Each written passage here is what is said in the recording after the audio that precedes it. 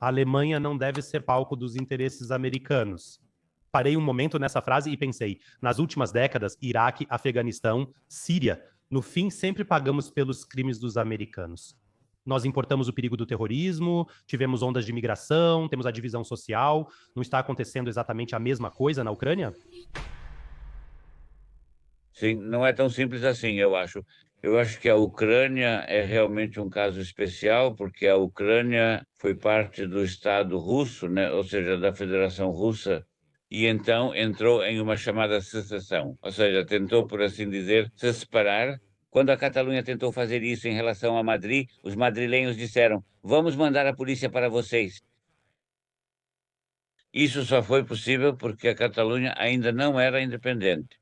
Se a Catalunha tivesse sido reconhecida, como aconteceu com a Ucrânia, como um Estado independente, então a perseguição por meio militar se torna uma questão mais difícil, mais complicada do ponto de vista do direito internacional.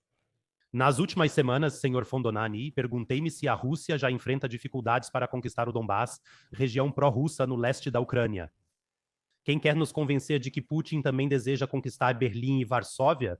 Esse é realmente um cenário real ou é apenas um cenário criado por um estrategista militar? Mas que talvez de alguma forma nem possa ser implementado na prática da realpolitik. Então eu considero a tese de que Putin quer atacar o Ocidente e, por exemplo, atacar a Alemanha em 2 anos, ou seja lá quando for, uma completa besteira. Há fantasias sobre uma grande Rússia, o que é compreensível. Acho que políticos ocidentais não se comparam a Vladimir Putin, nem mental, nem intelectualmente. O senhor concorda?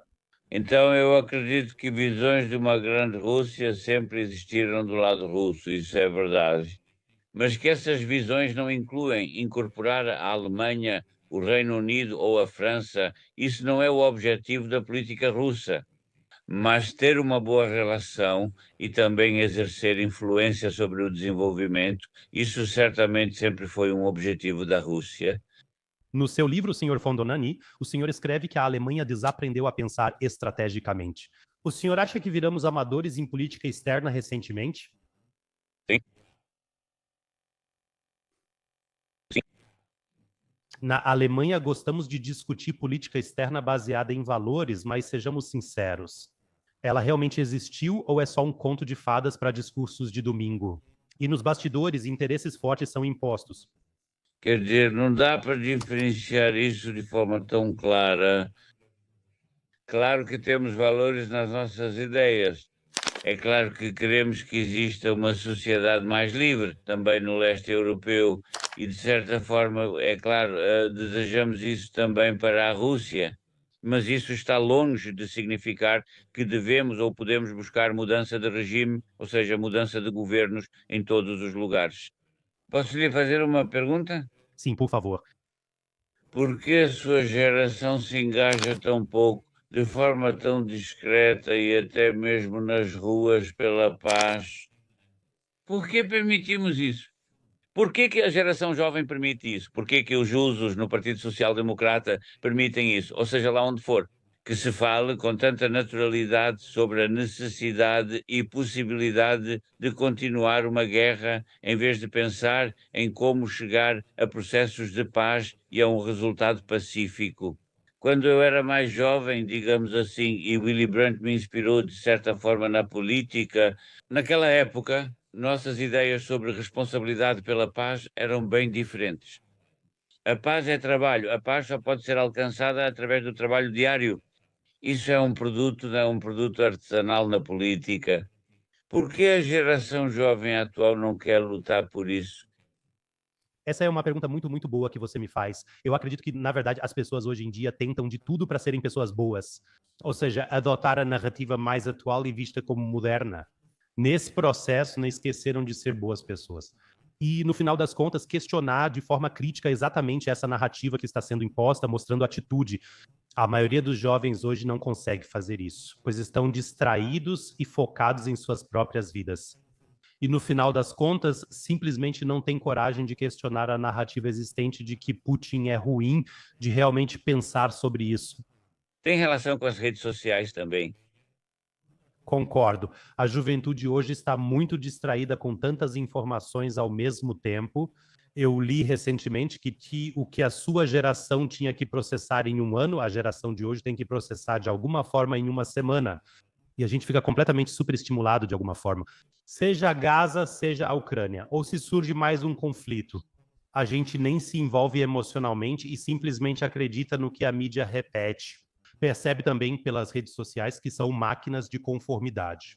Que se você de alguma forma apoia o Putin, imediatamente vem pressão de todos os lados. Sim, e isso exige também ter coragem, mostrar postura, mesmo quando não há aplausos. E isso, claro, não é muito comum entre muitos jovens. Sim, é muito interessante que entre os jovens exista esse sentimento de que ser jovem, por si só, já lhes dá o direito de resistir, talvez até mesmo a obrigação de resistir. É necessário pensar diferente da geração anterior. Porque isso se perdeu? Eu não consigo entender. Na minha geração, era absolutamente claro que, em primeiro lugar, dizíamos o que os pais fizeram, isso nós realmente não queremos. Sim, então nós realmente pensamos em ficar, por assim dizer, sobre as próprias pernas. Acho que isso realmente mudou hoje em dia. Acho realmente muito interessante o que o senhor está dizendo, mas o senhor também acabou vivenciando a Segunda Guerra Mundial na linha de frente. É uma ligação emocional diferente, agora já são 4 gerações de distância. Os pais, em parte, não deram esse exemplo para a gente. A gente pensa que, bom, a gente cresce jogando todos esses jogos de tiro e acha que isso também não pode ser tão ruim assim. Se agora, por exemplo, na Ucrânia ou em outro lugar acontece mais um conflito, Sim, eu te interrompi agora com as minhas perguntas, você estava prestes a perguntar. eu realmente achei as perguntas que você acabou de fazer muito boas. Isso deu muito mais profundidade para tudo.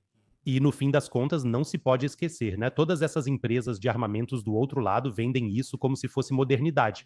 Apoiamos o que achamos bom na vida quando, de certo modo, damos suporte à guerra a novas startups e afins. Há muita propaganda e dinheiro investido nisso. E os jovens hoje em dia também ficam felizes, no fim das contas, de poderem ser contratados por essas empresas de armamentos, de poderem começar lá, porque encontram as melhores condições.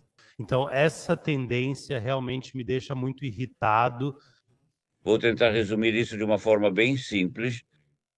Acredito que a guerra está sendo privatizada atualmente.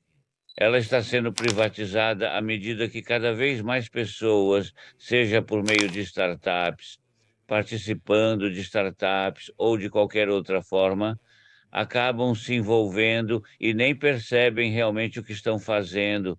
Então, as pessoas dizem: sim, agora eu tenho uma nova arma que vocês nem conhecem ainda. Com ela, vocês podem matar ainda mais. E eu ofereço isso como setor privado, e então vocês podem decidir sobre isso. Então, o setor privado ele está se tornando cada vez mais uma base para a condução da guerra. E isso, na minha opinião, é realmente preocupante, porque no final não vai sobrar nada que possa se opor à guerra. Porque, no fundo, todo mundo no setor privado também tem interesse na guerra. O que que na cúpula do Alasca te dá esperança para os próximos meses? Que agora os políticos europeus parem de sabotar a paz nessa guerra? Eu acho que os políticos europeus não entenderam do que realmente se trata. Eles deveriam, é claro, apoiar Trump. Trump é uma rara oportunidade de que, do lado americano, sejam iniciadas iniciativas de paz em direção à Rússia, e nós, como europeus, deveríamos ficar felizes que isso esteja sendo feito por um americano. Nós tivemos esse presidente terrível, Biden, que fez exatamente o contrário.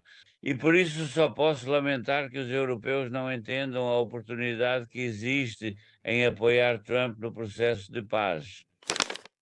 O senhor acredita, senhor Von Donani, que Donald Trump possa, em algum momento, dizer: resolvam essa confusão entre vocês? Nós, americanos, estamos fora, agora vocês podem comprar as armas com a gente e vamos assistir tudo isso de longe tranquilamente. Esse é o verdadeiro perigo. Esse é o perigo que, na minha opinião, os políticos europeus simplesmente não percebem. Se o senhor Von Donani, pudesse transmitir uma única lição de quase 100 anos de vida, qual seria para a próxima geração? Pensar com responsabilidade, conhecer a própria responsabilidade, mas também pensar de forma responsável. Isso significa não deixar que outros ditem o seu pensamento, mas tentar, por si mesmo, compreender as conexões. E o senhor realmente fez isso, senhor Fondonani, sempre deu o exemplo de pensar com responsabilidade. O senhor nunca se deixou cooptar nem buscou aplausos fáceis. Sempre manteve postura, mesmo em situações desconfortáveis. E é por isso que eu adoro conversas como as que tenho com o senhor. E muito obrigado pela sua clareza, muito obrigado pela sua firmeza, que o senhor continue conosco por muitos e muitos anos com saúde. E desejo tudo de bom para o senhor aí em Hamburgo. Agradeço muito ao senhor, senhor Assoy. O senhor me deu uma boa oportunidade de expressar novamente minhas reflexões. Muito obrigado por isso. Muito obrigado. Muito obrigado.